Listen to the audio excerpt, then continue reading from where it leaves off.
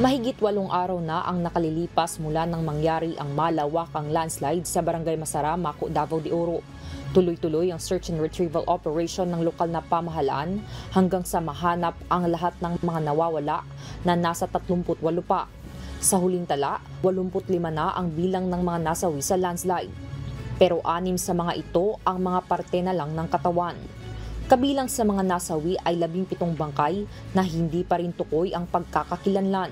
So, ang ginagawa po natin, our NBI-DBI, they have their parameters in conducting, and identifying our victims. Pero unang-una niyan is that the family members, kasi there are salient features yung ating mga victims that they have in their bodies. They have the jewelry, they have the tattoos.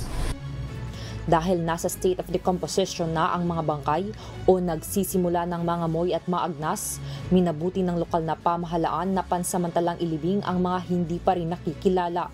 Inabisuhan ang mga kaanak ng mga posibleng biktima ng landslide na pumunta sa St. Peter Funeral Homes Monte Vista o Funeral Homes Landa Mawab para matingnan at masuri kung kasama sa 17 unidentified cadavers ang kanilang mahal sa buhay na nawawala.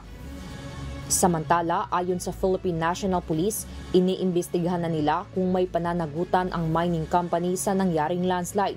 Ito ay kahit una nang sinabi ng Mines and Geosciences Bureau na walang kinalaman ang minahan na nag-ooperate sa lugar sa nangyaring sakuna.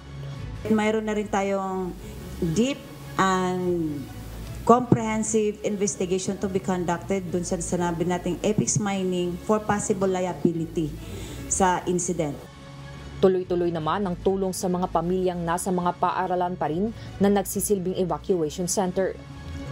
Gayunman, pinakakailangan nila ngayon ang mga permanenteng malilipatan dahil hindi na sila makakabalik pa sa dati nilang tahanan.